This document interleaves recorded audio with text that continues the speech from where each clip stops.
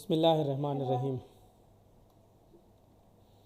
आज हम unit 3 start कर रहे हैं और यूनिट 3 में हमारे पास 3-4 मेन ऑब्जेक्टिव्स हैं, जिसमें फ़र्स्ट ऑब्जेक्टिव जो research problem purpose and hypothesis पे है, इसको हम आज कवर करेंगे। बाकी उसके बाद है लिटरेचर रिव्यू का और थ्योरेटिकल एंड कॉन्सेप्चुअल फ्रेमवर्क का, तो वो हम इसके बाद के लेक्चर में हम करेंगे। तो सबसे पहले हम रिसर्च प्रॉब्लम पे बात कर लेते हैं कि रिसर्च प्रॉब्लम है क्या चीज़। देखिए, हमने पहले भी पढ़ा था कि साइंस जो है ना, आज जिस स्टेज पे खड़ी है वो रिसर्च की वजह से है। तो हम कह सकते हैं कि science is the heart research is the heart beat of science. अब रिसर्च होती कैसे है, क्यों होती है? जब तक हमारे पास कोई प्रॉब्लम आइडेंटिफाई नहीं होता तो उस पे रिसर्च भी नहीं होती।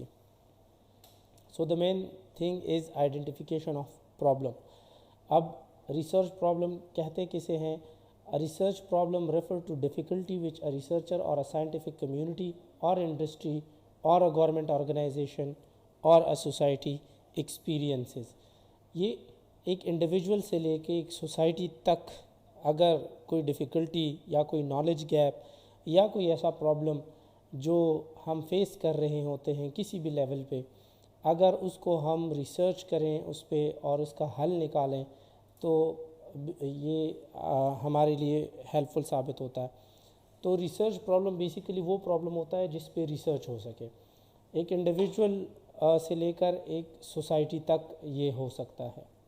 आपको इंडिविजुअल लेवल पे बहुत सारे प्रॉब्लम होते हैं, उसको आप हल करने की कोशिश करते हैं। ऑर्गेनाइजेशन लेवल पे होती हैं तो ऑर्गेनाइजेशन उनको रूल आउट करती हैं, और इसी तरह सोसाइटी में हमारे बहुत सारे प्रॉब्लम्स होते हैं जो हम सोसाइटी के लेवल पे उसको स्टेक होल्डर्स के साथ मिल के सॉल्व करने की कोशिश करते हैं। सो हर फील्ड में बहुत सारे ऐसे प्रॉब्लम एग्जिस्ट करते हैं कि उसकी which have reference to pure applied or action research. मतलब उस प्रॉब्लम पे हम प्योर रिसर्च भी कर सकते हैं। उस कुछ प्रॉब्लम ऐसे होते हैं जो कि एक्शंस मांग रहे होते हैं, जिनको सॉल्व करने की ज़रूरत होती है। सो हमारे पास ज़रूरी ये होता है कि हम पहले प्रॉब्लम को आइडेंटिफाई करें, और प्रॉब्लम आइडेंटिफाई करने के लिए हमें वो फिनोमेना एक्सप्लोर करने की ज़रूरत होती है जो उस प्रॉब्लम के साथ एसोसिएटेड होती है। फिर हम इसकी सोर्स को देखते हैं और देखते हैं कि ये प्रॉब्लम जो है किस हद तक हमें इफ़ेक्ट कर रही है। तो फिर उसके बाद हम रिसर्च के लिए उसको फर्दर जो है ना वो प्रोसीड करते हैं। Research problem basically indicate gaps in the scope of our knowledge.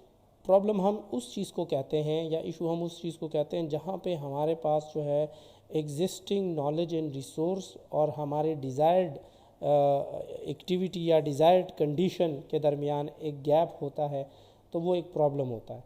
सो इसी तरीके से जो हमारे लाइफ में डिफरेंट फील्ड्स में अगर हम कोई गैप देखें जिसको हल करने की ज़रूरत होती है थ्रू रिसर्च, तो वो रिसर्च प्रॉब्लम कहलाया जा सकता है। Such gap may result from whether there had been no research ever conducted on them, or whether there were some element of inadequacy or loopholes noted or observed in the previous research on such subject matters। ठीक है, ये self explanatory है कि या तो पहले से उस पर कोई रिसर्च हुई ही नहीं है उन गैप्स को हल करने के लिए, या हमारे पास उन गैप्स को कवर करने के लिए नॉलेज है लेकिन कुछ उसमें लूप होल्स हैं या कुछ उसमें डिफिशेंसीज़ हैं कि जो हमारे उस गैप को पूरा नहीं कर रही, उसको फिल नहीं कर रही, उसको सॉल्व नहीं कर रही, तो हमें मज़ीद उस पर रिसर्च करने की ज़रूरत होती है। सो जो क्वेश्चंस सामने आते हैं, जब गैप्स की वजह से क्वेश्चन सामने आते हैं, वो रेगुलर बेसिस पे हम उसको देख रहे होते हैं और हम उसको एक मीनिंगफुल मेथड के ज़रिए जो है ना हम उसको सॉर्ट आउट करते हैं और उन क्वेश्चंस का जवाब देखते हैं। कुछ क्वेश्चंस के जवाब हमें प्रीवियस नॉलेज से मिल जाते हैं, कुछ से हमें नहीं मिलते। तो जब भी हम कोई प्रॉब्लम, जैसे आपको ये पिक्चर में नज़र आ रही है, हमें प्रॉब्लम दिखती है तो वो ब्रॉड एरिया होता है, उस प्रॉब्लम का इंटरेस्ट का एक ब्रॉड एरिया होता है। तो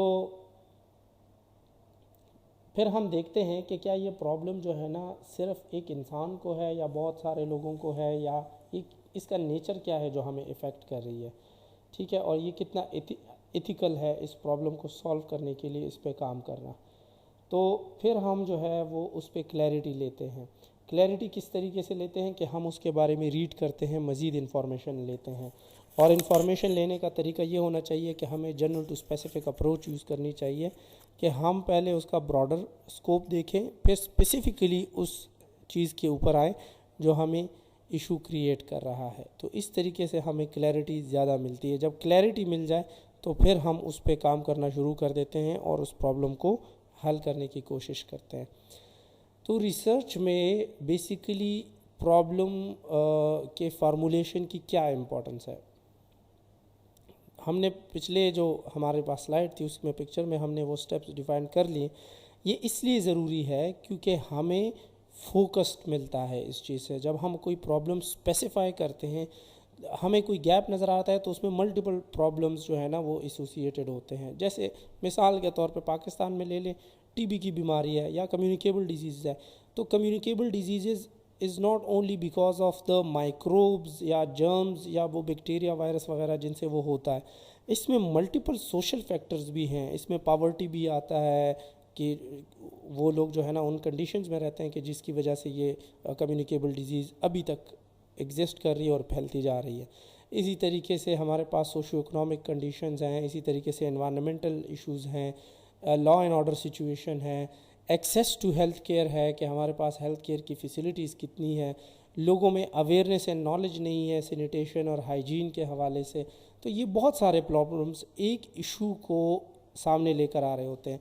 अब हम एज ए रिसर्चर या एज ए इंडिविजुअल या एज ए टीम सारे प्रॉब्लम्स को कैटर नहीं कर सकते। तो इसीलिए हमें कोई एक specific associated factor of the problem पे फोकस करना होता है। और इसकी मिसाल ऐसी है कि हम एक सफ़र पे अगर निकलते हैं तो हमें स्पेसिफिक डेस्टिनेशन चूज़ करनी होती है, तभी हम उसकी तरफ बढ़ते हैं। तो जब हम रिसर्च प्रॉब्लम स्पेसिफाई करते हैं तो उस प्रॉब्लम को सॉल्व करने के लिए हम वो पूरा प्रोसेस, रिसर्च का जो सिस्टमेटिक मेथड है वो फॉलो करते हैं। अगर हम अपने आउटकम को जहन में रख के, अपने गोल को जहन में रख के हम उस प्रॉब्लम को चूज़ नहीं करेंगे तो हम डिविएट होंगे। तो यही प्रॉब्लम जो रिसर्च प्रॉब्लम है वो स्टडी के फाउंडेशन यानी बुनियाद के तौर पे सर्व करता है। अगर ये अच्छे तरीके से फॉर्मुलेटेड होगा तो हम एक्सपेक्ट कर सकते हैं कि स्टडी जो है हमारे पास उसके आउटकम पॉजिटिव होंगे, अच्छे होंगे, और हम उससे कुछ सीख सकते हैं, कुछ निकाल सकते हैं। और अगर हम एक प्रॉब्लम को सॉल्व करना चाहते हैं तो बेसिकली हमें ये मालूम होना चाहिए, सबसे पहले हमें मालूम होना चाहिए कि वो प्रॉब्लम असल में है क्या। लार्जर प्रोपोर्शन लोग इसके बारे में क्या कहते हैं, हम क्या सोचते हैं, और फिर उसको सॉल्व करने के लिए हम क्या प्लानिंग करते हैं और जनरली उसकी प्लानिंग क्या होनी चाहिए, ये सारी चीज़ें मैटर करती है। तो आपको एक नैरो एंगल से नहीं देखना होता, ब्रॉडर एंगल से देखना होता है और उसको स्पेसिफाई करना होता है। सो हमारे पास जो है बेसिकली अगर हम टाइप्स की बात करें रिसर्च प्रॉब्लम की तो 3 मेन टाइप्स हैं। एक है थ्योरेटिकल रिसर्च प्रॉब्लम, ये सिर्फ आपको थ्योरी देती है, मतलब एक प्रॉब्लम की थ्योरेटिकल एक्सप्लेनेशन प्रोवाइड करती है। इसका मतलब ये आपको प्रॉब्लम का सिर्फ जो है ना एक मीनिंग देती है बेसिक नेचर की, और इसमें हमें हाइपोथेसिस या इस तरह के जो प्रॉब्लम होते हैं उसमें हमें वैलिडिटी एंड वेरिफिकेशन की नीड नहीं होती। उसमें मतलब आपसे अगर कोई पूछे कोई भी एक ऐसे कॉन्सेप्ट के बारे में कि जिसका आपको नहीं पता, तो वहाँ पे आपका थ्योरेटिकल गैप आ जाता है, उसमें आपको प्रैक्टिकली कुछ करने की ज़रूरत नहीं है। तो अगर आप उसके बारे में सर्च करते हैं और आपको उसका थ्योरेटिकल एक्सप्लेनेशन या आंसर मिल जाए तो वो सफिशेंट होता है। फिर नेक्स्ट जो होता है उसको हम कहते हैं applied research problem. Applied research problem basically हमारे पास वो रिसर्च प्रॉब्लम होते हैं जिनके लिए हमें थ्योरेटिकल नॉलेज को प्रैक्टिकली यूज़ करना पड़ता है, और उसको उसी के ज़रिए हम फिर उस प्रॉब्लम को सॉल्व करने की कोशिश करते हैं। और इसमें हमारे पास फील्ड वर्क रिक्वायर होता है, लैब वर्क रिक्वायर होता है, और ये वो कंडीशंस होती हैं जहाँ पे हम डायरेक्टली उस प्रॉब्लम को एक्सपीरियंस कर सकें। इस तरह के जो रिसर्च प्रॉब्लम होते हैं तो उसको सॉल्व करने के लिए हमारे पास हाइपोथेसिस की भी ज़रूरत होती है, और वही हाइपोथेसिस हम टेस्ट करके उस प्रॉब्लम की वेरिफिकेशन भी करते हैं। जैसे मिसाल के तौर पे ओबेसिटी है, हम देख रहे हैं कि आजकल ओबेसिटी बहुत ज़्यादा कॉमन हो रही है, तो हम हाइपोथेसिस एक बना लेते हैं कि अगर तो हम सिर्फ अपनी लाइफस्टाइल मॉडिफिकेशन करें और हम थोड़ी सी सेडेंटरी लाइफस्टाइल को अवॉइड करके हम अपनी फ़िज़िकल एक्टिविटी बढ़ाएं, एक्सरसाइज करें, डाइट को कंट्रोल करें, तो हमारे पास ओबेसिटी कंट्रोल हो सकती है। तो ये हाइपोथेसिस जब हम टेस्ट करें और ये जो हमने कहा कि ये क्या क्या चीज़ें करनी है क्या नहीं करनी, वो हम करें तो वो वेरीफाई भी हो जाता है हाइपोथेसिस के वाकई उससे ओबेसिटी उन लोगों में कंट्रोल हुई जो ओबेसिटी के रिस्क पे थे। और ये इस तरह के जो प्रॉब्लम होते हैं ये प्रैक्टिकल इन नेचर है, उसको सॉल्व किया जा सकता है और उसको हम एक्सप्लोर करते हैं, तो इसके लिए एक्सप्लोरेटरी हाइपोथेसिस हम इसीलिए बनाते हैं। Third one is action research problem, वो रिसर्च प्रॉब्लम जो एक्शन रिसर्च के ज़रिए हल होती है, और ये वो प्रॉब्लम होते हैं कि जिसके लिए इमीडिएट एक्शन रिक्वायर होता है। मिसाल के तौर पे आपके पास ये कोविड की सिचुएशन थी, तो कोविड में हमें इमीडिएट एक्शन चाहिए था क्योंकि बहुत सारे लोगों की डेथ एंड डिसेबिलिटीज़ हो रही थी। वैक्सीन चाहिए था कि प्रिवेंशन हो सके, और बाद में मतलब ट्रीटमेंट भी साथ साथ जो है ना उसकी अवेलेबल हो। लेकिन ट्रीटमेंट से पहले हमें था कि वो लोग जो अभी तक इससे मुतासिर नहीं हुए उनको कोई ऐसी वैक्सीन दी जाए कि कम से कम उनको कोविड ना हो। तो ये वो एक प्रॉब्लम था, एक गैप था हमारे पास जिसके लिए इमीडिएट एक्शन की ज़रूरत थी। तो उस पे साइंटिस्ट ने एज ए एक्शन रिसर्च जो है वो अप्लाई किया और वैक्सीन्स बने और उनको टेस्ट किया, और उसके ज़रिए इम्यूनिटी जो है ना वो और इस पेंडेमिक को इसी तरह कंट्रोल किया गया।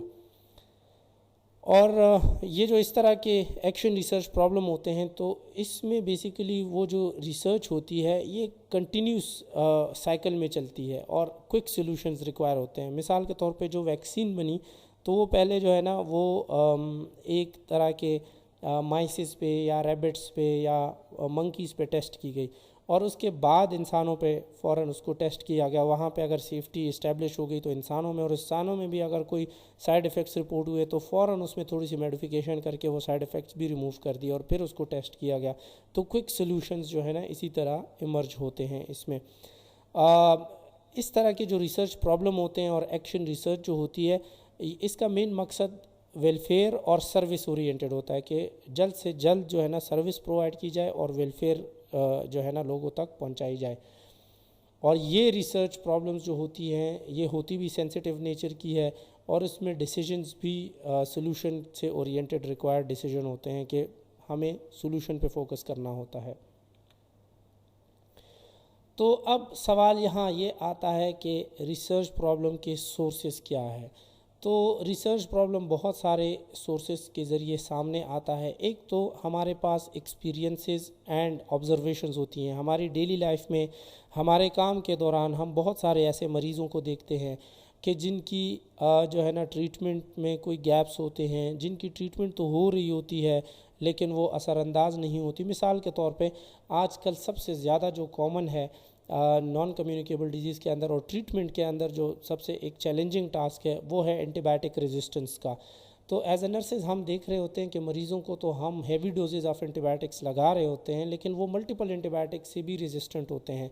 तो अब हमें ये दिख रहा होता है कि ये ऐसा क्यों है, क्या वजह है। हम जनरली तो जानते हैं कि massive use of antibiotic and self medication इसकी वजह से ये रेजिस्टेंस होती है, लेकिन ये हमें यहाँ गैप और एक प्रॉब्लम की आइडेंटिफिकेशन भी करती है कि इसको हम कैसे कवर कर सकते हैं और इस प्रॉब्लम को कैसे सॉल्व कर सकते हैं। तो ये बेसिकली प्योरली हमारे एक्सपीरियंसेस एंड ऑब्जर्वेशंस के ज़रिए हमें आइडेंटिफाई होती है। दूसरा है theory. A theory allows you to predict the behaviour expected under new combination of the variables. मिसाल के तौर पे आप में से सारे नर्सेज हैं और आपने IUBP इंट्रा आयोर्टिक बलून पंप के बारे में ज़रूर पढ़ा होगा, लेकिन अभी तक आपने देखा नहीं है। अब अगर आपके हॉस्पिटल जो है ना इस तरह की मशीन परचेज़ कर लें कि जिसमें आपने इंट्रा आयोर्टिक बलून पंप को ऑपरेट करना है, और या वो पेशेंट जो इस तरह के मशीन पे होते हैं आईसीयू में, उनकी आपने केयर करनी है, तो वो आपकी थ्योरी बेसिकली जो है वो आपको गाइड कर रही होती है कि अगर ये प्रॉब्लम आती है तो आपने क्या करना है। तो थ्योरी भी हमें प्रॉब्लम आइडेंटिफाई करती है। या ये भी है कि मिसाल के तौर पे आपके पास हॉस्पिटल में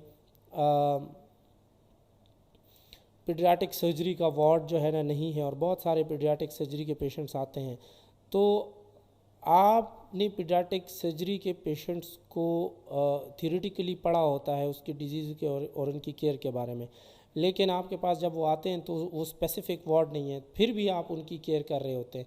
ये एक प्रॉब्लम तो है, प्रेडिक्ट कर रहा है कि नीड है, लेकिन उन सिचुएशन के दौरान आप कैसे बिहेव करते हैं, आप कैसे एक्सपेक्ट करते हैं कि आप उनको केयर दे सकें, ये आपको उस थ्योरी से मिल रहा होता है। फिर है नॉलेज गैप। नॉलेज गैप वो चीज़ है कि जिसमें हमारे पास जो है नॉलेज की कमी होती है। मिसाल के तौर पे आप जब रिसर्च आर्टिकल्स रीड कर रहे हैं तो बहुत सारे क्वेश्चन आपके माइंड में आ रहे होते हैं और आप सोचते हैं कि फ़लाँ चीज़ ऐसी क्यों है। तो वो इसलिए क्योंकि अगर तो एक रिसर्च आर्टिकल उस पर बात कर रहा है तो वो क्वेश्चन आपके जहन में आ रहे हैं, तो ये आपके और मेरे नॉलेज का गैप है जिसके लिए हमें पढ़ने की ज़रूरत है और उस गैप को कवर करने की ज़रूरत है। अगर तो जैसे मिसाल के तौर पे मैं आपको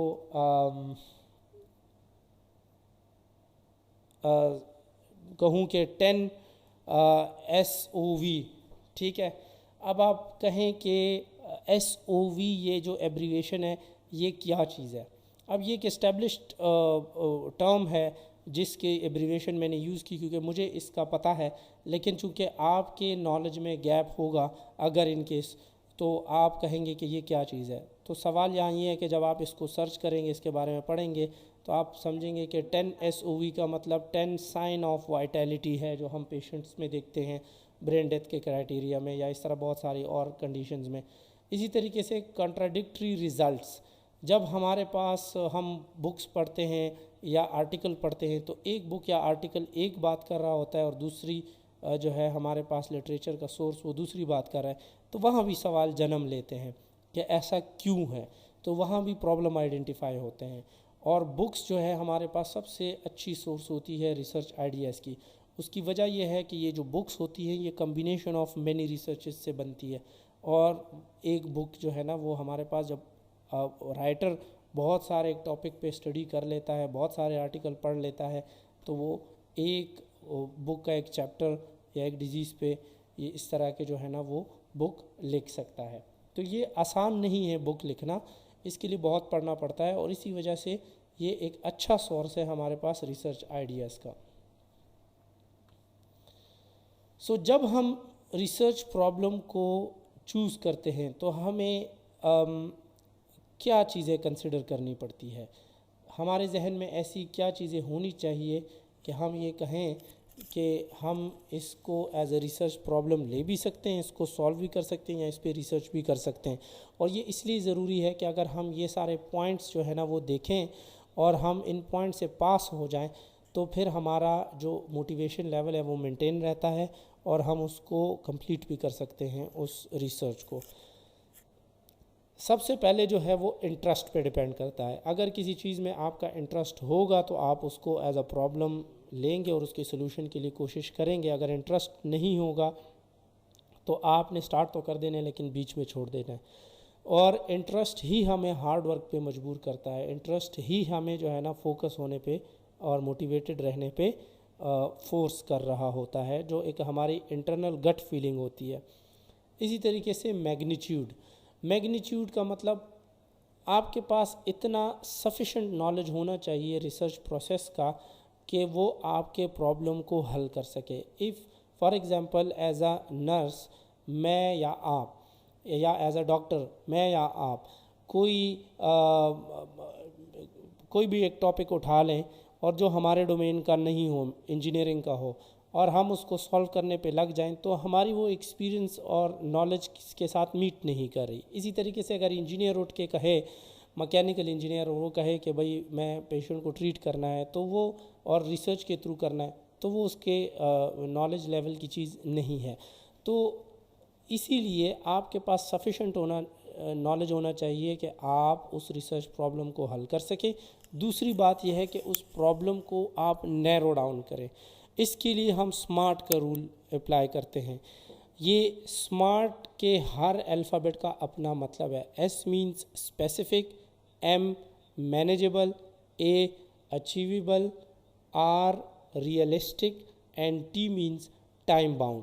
तो अगर हम जब एक प्रॉब्लम सेलेक्ट करते हैं और हम उस पर रिसर्च के प्रोटोकॉल को डेवलप करते हैं या एक रिसर्च के प्लान को डेवलप करते हैं, तो हमें ये स्मार्ट के रूल को जहन में रख के डेवलप करना होता है, वरना वो रिसर्च जो है उसका आउटकम हमारे पास कोई नहीं आना।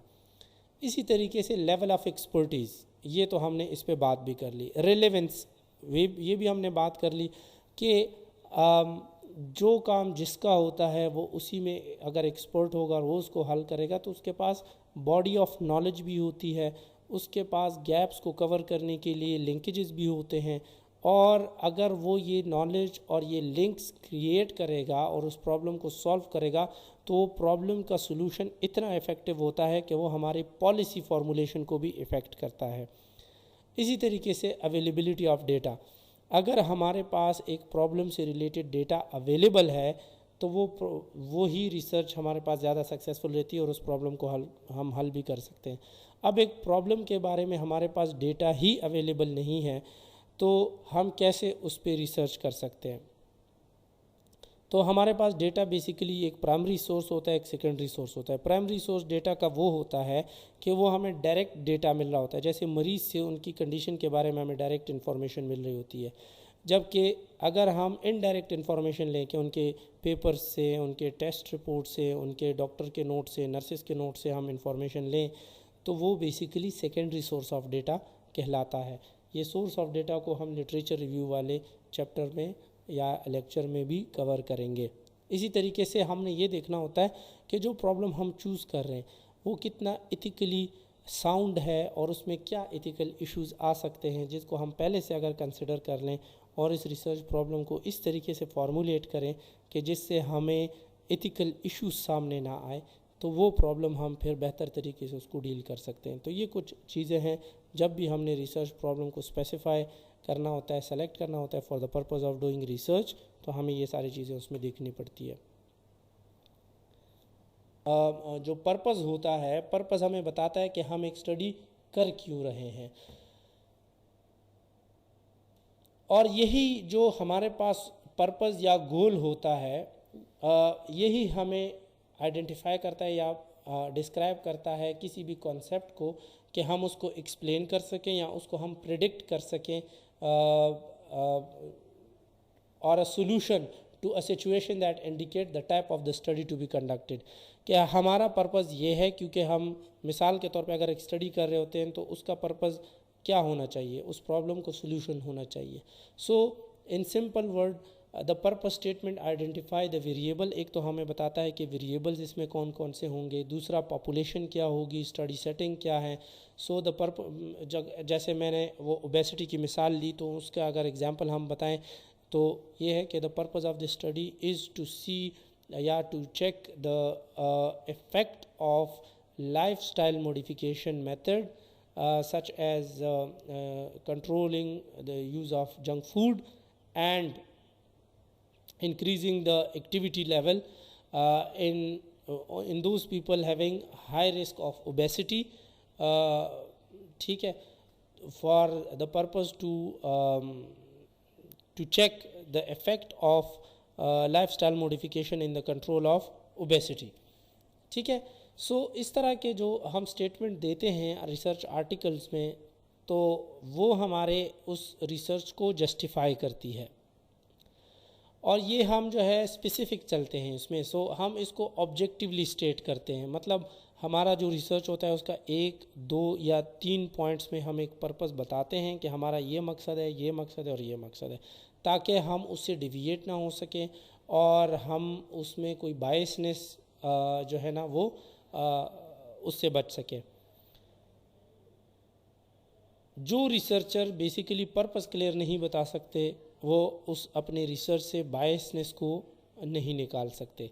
ठीक है, सो हमारे पास आम तौर पे रिसर्च प्रोसेस में जो पर्पस होता है वो जब हम पहले प्रॉब्लम बताते हैं, उस प्रॉब्लम को हाईलाइट करते हैं और फिर बताते हैं कि ये प्रॉब्लम है, तो हम इसलिए ये रिसर्च कर रहे हैं और हमारा मकसद ये है कि इस प्रॉब्लम को इस तरीके से हल किया जाए। मिसाल के तौर पे स्लीप पैटर्न्स और एजिंग प्रोसेस। अब प्रॉब्लम क्या है? Because of the lack of norms for changing in sleep pattern with age, nurses and patient tend to evaluate a hospitalized older person's sleep on the basis of sleep norms for younger adult। अब ये problem है, इस statement से आपको problem दिख रहा है। अब पर्पस क्या है? इस प्रॉब्लम पे अगर हम रिसर्च करेंगे तो इसका पर्पस हम कैसे लिखेंगे? The purpose of the study was to determine the nature of sleep behaviour among hospitalized older persons of different ages। इसका प्रॉब्लम स्टेटमेंट आपको क्लियर कट बता रहा है कि जब उम्र के साथ जो स्लीप पैटर्न में चेंजेस आते हैं, अगर वो ना हो तो नर्सेज देखना चाहती है कि जो बूढ़े उम्र के अफराद हॉस्पिटल में एडमिट होते हैं तो उनके अंदर क्या ऐसी स्लीप पैटर्न्स हैं जो कि चेंज होती रहती है और वो बिहेवियर्स जो है उन लोगों में डिफरेंट होते हैं उन लोगों से जो कि हॉस्पिटलाइज नहीं हो। तो इस स्टडी का ये पर्पस बनता है। अब दूसरे example, skin integrity and intervention. Problem क्या है? बिकॉज डिकोबिटस अल्सर, जो प्रेशर अल्सर जिसको हम कहते हैं, in hospitalise patient despite preventive measure methods जो है। अब हमारे पास प्रॉब्लम क्या है? प्रेशर अल्सर हो रहे हैं, नर्सेज बहुत कोशिश कर रही है कि पेशेंट्स को प्रेशर अल्सर्स ना हो, फिर भी हो रहे हैं, तो ये एक प्रॉब्लम है। अब इस पर रिसर्च करने की ज़रूरत है। तो हम जब रिसर्च करते हैं हम कहते हैं कि the purpose of this study was to evaluate the effect of topical application of insulin to promote healing of ulcers in hospitalized patient. अब नर्सेज ने सोचा कि अगर हम इन अल्सर्स पे टॉपिकल एप्लीकेशन करें इंसुलिन की, तो ये शायद इससे हमारे पास जो अल्सर्स हैं उसकी जो हीलिंग है वो प्रोमोट हो सके।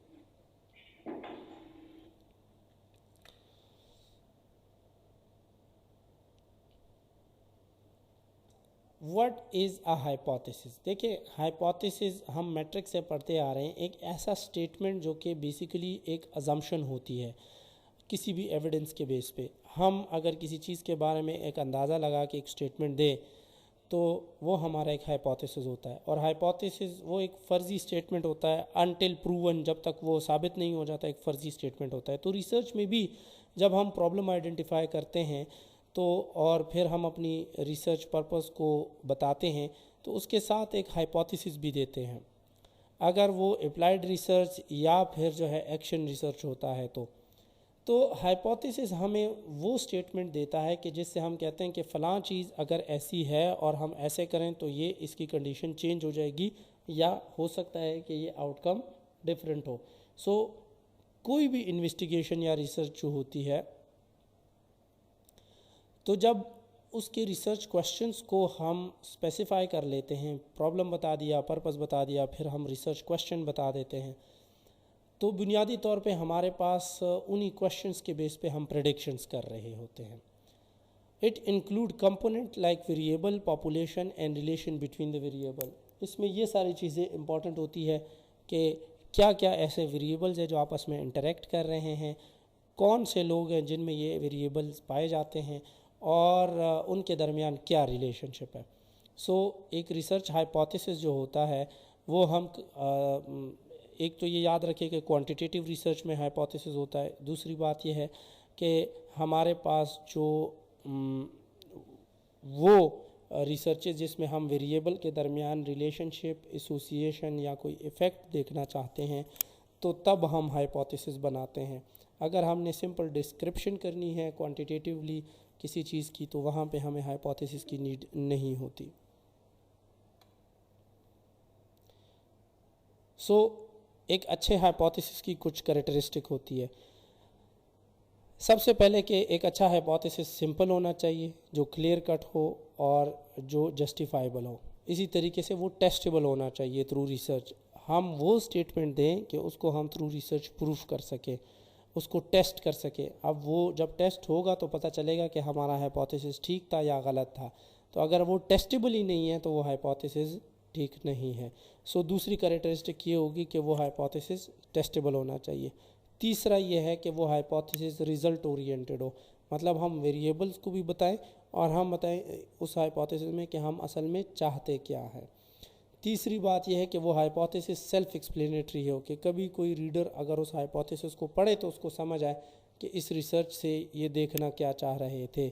और अगर हम कोई रिलेशनल से हाइपोथेसिस डेवलप करना चाह रहे हैं तो हमें उसमें वेरिएबल और उस वेरिएबल के दरमियान जो अप्रोप्रिएट रिलेशनशिप है वो भी हमें बताना होता है। मिसाल के तौर पे अगर मैं कहूँ कि obesity is directly associated with sedentary lifestyle and dietary habits, ठीक है, ओबेसिटी का डायरेक्ट ताल्लुक है काहिली से। सेडेंट्री लाइफस्टाइल सिंपली काहिली है कि आप पूरा दिन लेटे रहते हो या बैठे रहते हो, कोई काम काज भाग दौड़ फिजिकल एक्टिविटी नहीं है और बस खाना पीना और जंक फूड का इस्तेमाल है, तो डेफिनेटली ओबेसिटी होगी। या अगर हम ये कहें कि कार्डिक इश्यूज या cardiac diseases are highly caused by the use of cholesterol items जो भी उसमें हैं और इसी तरीके से टोबैको, ठीक है, तो इसके साथ कार्डिक इश्यूज जो है ज़्यादा एसोसिएटेड है। तो ये एक हाइपोथेसिस है। अभी इसको हम टेस्ट कर सकते हैं उन लोगों में कि ऐसे कि हम देखें कि वो लोग जो कि कोलेस्ट्रॉल रिच आइटम्स ज़्यादा इंटेक कर रहे हैं, साथ में अगर स्मोकिंग वगैरह जो कर रहे होते हैं, उनमें हम देखें कि कार्डिक प्रॉब्लम कितने होते हैं, और वो लोग जो इन चीज़ों का इस्तेमाल नहीं करते उनमें कार्डिक प्रॉब्लम देखें, तो हमें पता चल जाएगा कि बेसिकली कार्डिक प्रॉब्लम्स का रिलेशनशिप या एसोसिएशन इन दोनों के साथ है या नहीं है। तो ये इसकी कैरेक्टरिस्टिक होती है। फिर हाइपोथेसिस के सोर्सेस क्या है, ये याद रखें कि हाइपोथेसिस बनाने के लिए हमें वेरिएबल के दरमियान जो है ना एसोसिएशन या रिलेशनशिप चाहिए होता है। और हमें जब दो फिनोमेना को हम स्टडी कर रहे होते हैं या दो वेरिएबल को स्टडी कर रहे होते हैं या किसी एक फिनोमेना के अंदर दो कंस्ट्रक्ट्स को स्टडी कर रहे हैं, तो उन कंस्ट्रक्ट्स के दरमियान रिजेम्बलेंस होनी चाहिए। मिसाल के तौर पे एक हेल्थ इशू है तो उसका किसी एक हेल्थ कंडीशन या हेल्थ स्टेटस के साथ क्या ताल्लुक़ है। अब मैं ये तो नहीं कह सकता कि जो है वो हेल्थ के इशू को मैं किसी मैकेनिकल फिनोमेना के साथ एसोसिएट कर लूँ, तो वहाँ पे रिजेम्बलेंस नहीं बनती। तो हमें रिजेम्बलेंस फिनोमेना के दरमियान या कॉन्सेप्ट्स के दरमियान देखना होता है। दूसरा ये है कि हम हाइपोथेसिस जब बनाते हैं, जब हम पास्ट स्टडीज़ देखते हैं, पिछले रिसर्चेस देखते हैं, प्रेजेंट और डे टू डे एक्सपीरियंसेस हमारे नज़र में होती है और हमारे जहन में उससे रिलेटेड साइंटिफिक थ्योरीज होती हैं, तो ये सारे नॉलेज जो होता है वो हमारे general pattern of thinking process पे इफ़ेक्ट करता है, इन्फ्लुएंस करता है और फिर हम हाइपोथेसिस बनाते हैं। तो हाइपोथेसिस की बुनियादी तौर पे कुछ टाइप्स हैं, इसको पढ़ लेते हैं। और वो क्या है, एक है simple hypothesis versus complex hypothesis.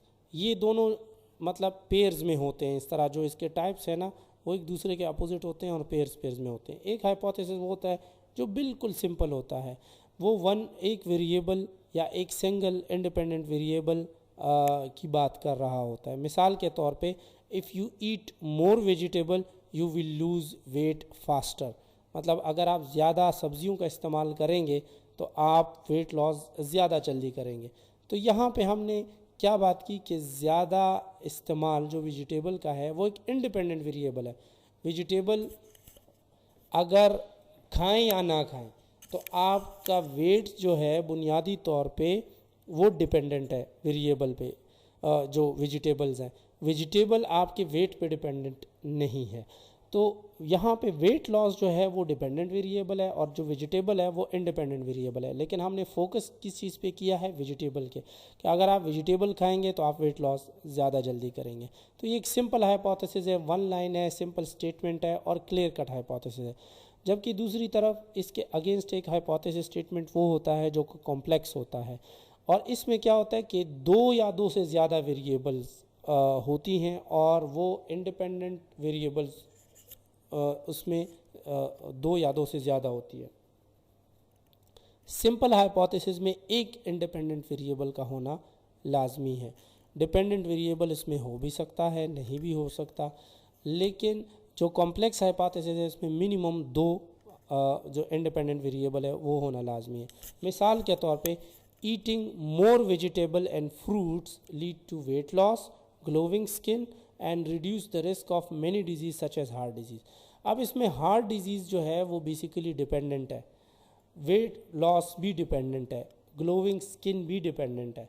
किस चीज़ पे?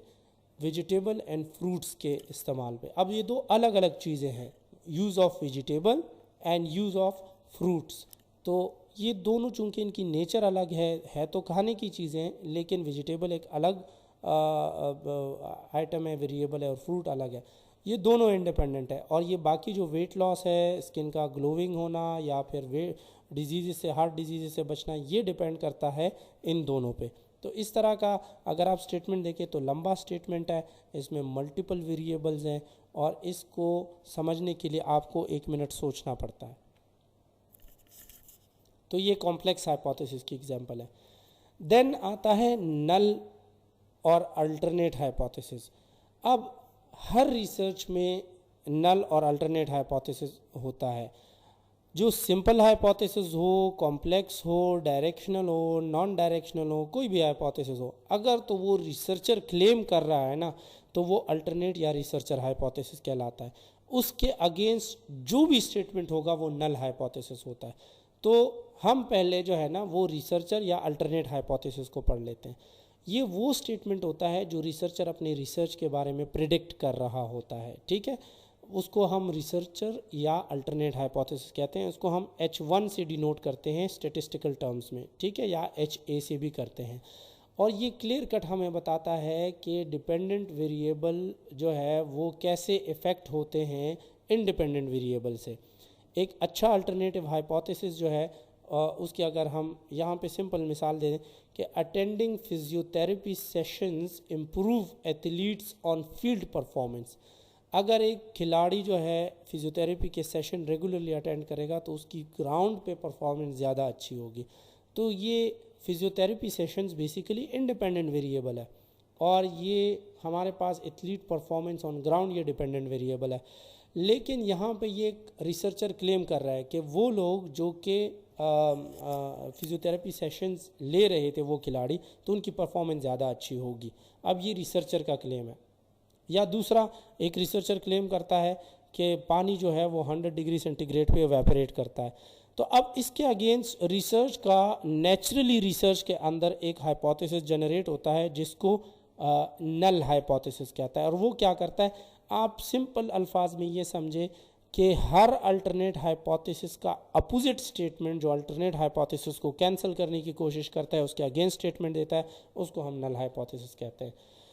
तो नल हाइपोथेसिस कहता है कि कोई रिलेशनशिप दो वेरिएबल्स के दरमियान नहीं होता, और इसको हम HO या H0 से भी डेविएट करते हैं। ये एक नेगेटिव स्टेटमेंट होता है। मिसाल के तौर पे attending physiotherapy sessions does not affect athlete on field performance. वहाँ पे कहा था कि एथलीट की परफॉर्मेंस डिपेंड होती है फिजियोथेरेपी सेशन पे।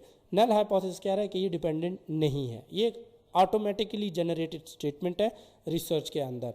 तो ये रिसर्चर नहीं देता, रिसर्चर रिसर्च या अल्टरनेट हाइपोथेसिस देता है। बाकी फिर ये जो सिंपल और कॉम्प्लेक्स और डायरेक्शनल नॉन डायरेक्शनल है, ये फिर इसके सब टाइप्स हैं, ठीक है। और इसी तरीके से वाटर एवापोरेट एट 100, इसका अपोजिट नल स्टेटमेंट क्या होगा कि water does not evaporates at 100 degree centigrade, ठीक है। तो ये नल हाइपोथेसिस कहलाएगा। इसके अलावा एक और टाइप है जिसको हम एसोसिएटिव या एंड कॉजल हाइपोथेसिस कहते हैं। ये दो और टाइप हैं। एसोसिएटेड या कॉजल हाइपोथेसिस ये नहीं बताती कि इसमें कितने वेरिएबल होंगे, असल में ये बताती है कि रिलेशनशिप के दरमियान, वो वेरिएबल के दरमियान रिलेशनशिप है या नहीं है, और अगर रिलेशनशिप है तो किस तरह है। सो एसोसिएटिव हाइपोथेसिस जो होता है ये हमें बताता है कि अगर एक वेरिएबल को हम चेंज करेंगे इंडिपेंडेंट वेरिएबल को, तो डिपेंडेंट वेरिएबल पे कैसे इफेक्ट आता है। मिसाल के तौर पे अगर एथलीट फिजियोथेरेपी सेशन अटेंड करेगा तो उसकी ऑन फील्ड परफॉर्मेंस इम्प्रूव होगी, ठीक है। और तो ये जो फिजियोथेरेपी सेशन है ये इंडिपेंडेंट वेरिएबल है, जितनी ज़्यादा फिजियोथेरेपी सेशन अटेंड करेगा उतनी ज़्यादा परफॉर्मेंस अच्छी होगी। तो ये एक चीज़ के बढ़ने से दूसरी चीज़ में भी बेहतरी आई। ये एसोसिएटिव हाइपोथेसिस है कि एथलीट की परफॉर्मेंस एसोसिएटेड है या अटैच्ड है टू फिजियोथेरेपी सेशंस, जबकि कॉजल हाइपोथेसिस हमें अटैचमेंट का नहीं बताती, एसोसिएटिव का नहीं बताती, बल्कि डायरेक्ट इफेक्ट का बताती है कि अगर एक चीज़ होगी तो दूसरी लाजमी होगी। मिसाल के तौर पे अगर कोई स्मोकिंग ख़त्म करेगा, बंद करेगा, तो उसका हार्ट डिजीज़ का रिस्क ऑटोमेटिकली कम होगा। अगर शुगर इंटेक कोई कम करेगा तो उसका डायबिटीज़ का रिस्क ऑटोमेटिकली कम होगा।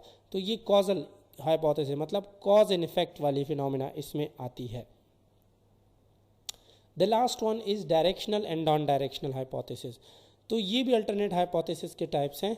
और जो डायरेक्शनल हाइपोथेसिस है ये हमें बताती है कि दो जो हमारे पास वेरिएबल्स हैं उनके दरमियान किस तरह का रिलेशनशिप है, किस तरह की एसोसिएशन है, पॉजिटिव है या नेगेटिव है।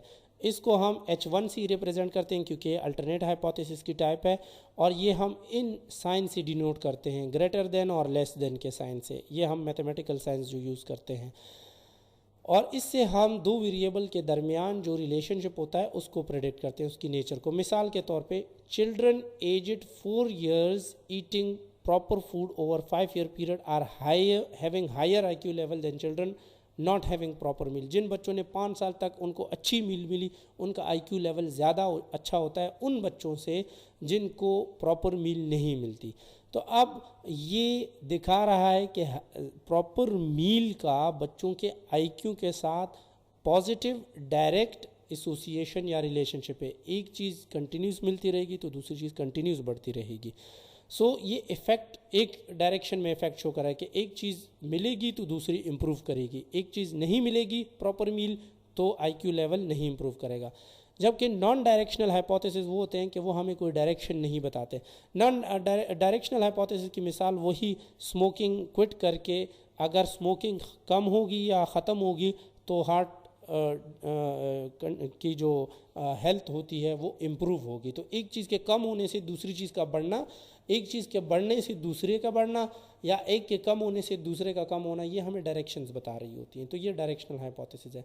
जबकि नॉन डायरेक्शनल में हाइपोथेसिस या क्लेम के अंदर कोई डिपेंडेंट वेरिएबल का इंडिपेंडेंट वेरिएबल के बढ़ने कम होने से डायरेक्शन पता नहीं चलती। होती है कि भाई कोई चीज़ एग्जिस्ट कर रही है, एक चीज़ के बदलने से दूसरे में फ़र्क आता है, लेकिन फ़र्क स्पेसिफाई नहीं होता।